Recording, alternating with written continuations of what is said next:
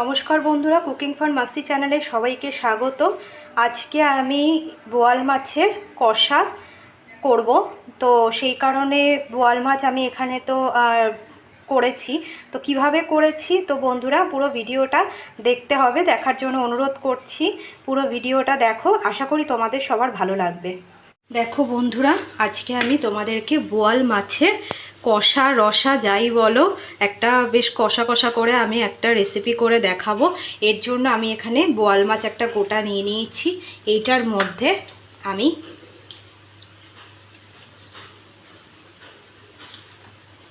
নুন,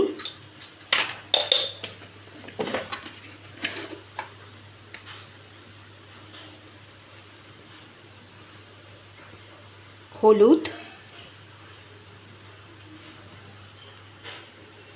একটু লঙ্কার গুঁড়ো,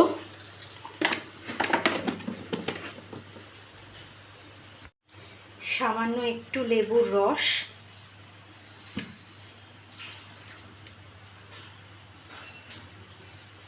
লেবুর রসটা দিলে কি টেস্টটা একটু অন্যরকম হবে।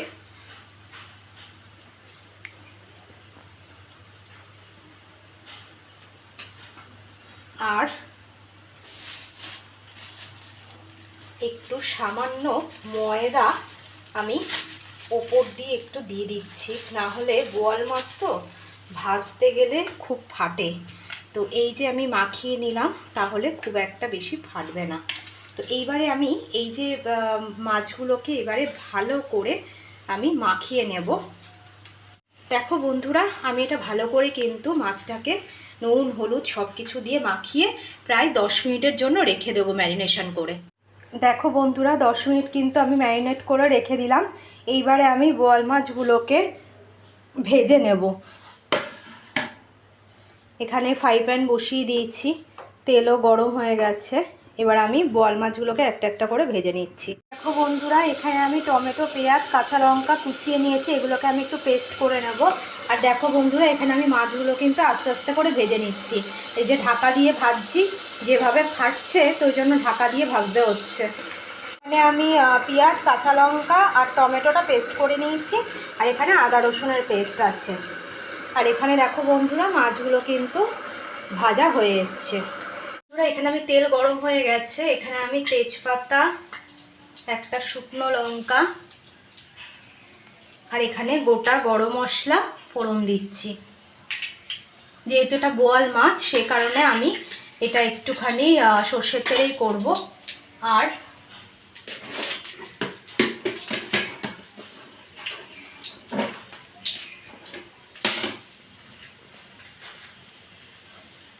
সামান্য জিরে ফোড়ন দিলাম।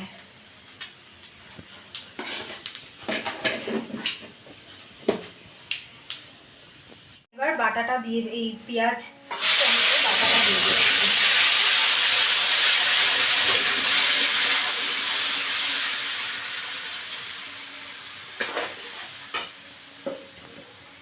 আর এখানে আদা রসুনের পেস্টটাও দিয়ে দিচ্ছি।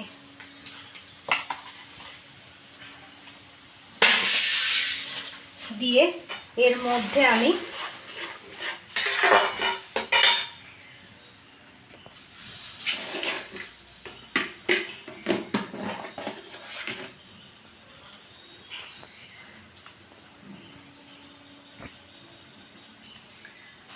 কাশ্মীরি লঙ্কার গুঁড়ো, সামান্য লঙ্কার গুঁড়ো,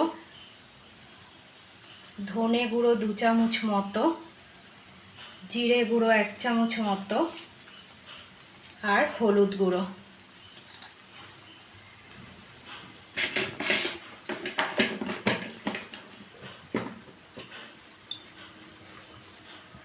স্বাদের জন্য নুন দিয়ে দিলাম। এবারে আমি প্রতিটা মশলা ভালো করে কষিয়ে নেব, যাতে তেল ছাড়ে সেরকমভাবে ভালো করে কষাতে হবে। যত ভালো করে কষাবো তত টেস্টটা ভালো আসবে। বন্ধুরা, আমার মশলাটা কিন্তু ভালো করে কষানো হয়ে গেছে। এবারে আমি এটাতে জল দিয়ে দেবো।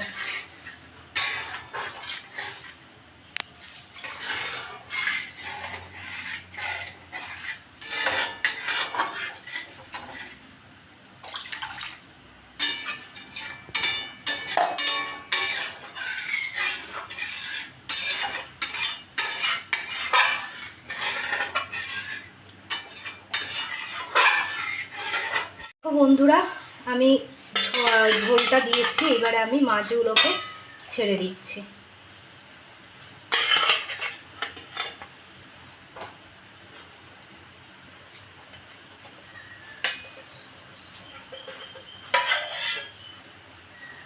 মাছগুলোকে দিয়ে এবার আমি ভালো করে ফুটিয়ে নেব। দেখো বন্ধুরা, মাছটা কিন্তু ভালো করে ফুটছে, আমার কিন্তু মাছটা অলমোস্ট হয়ে গেছে। তো এবারে আমি উপর দিয়ে একটু শাহি গরম মশলা দিয়ে দিলাম,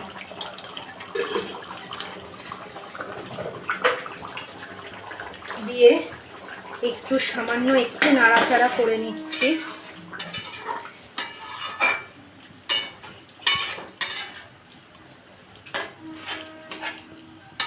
দেখো বন্ধুরা, আমার মাছটা কিন্তু হয়ে গেছে।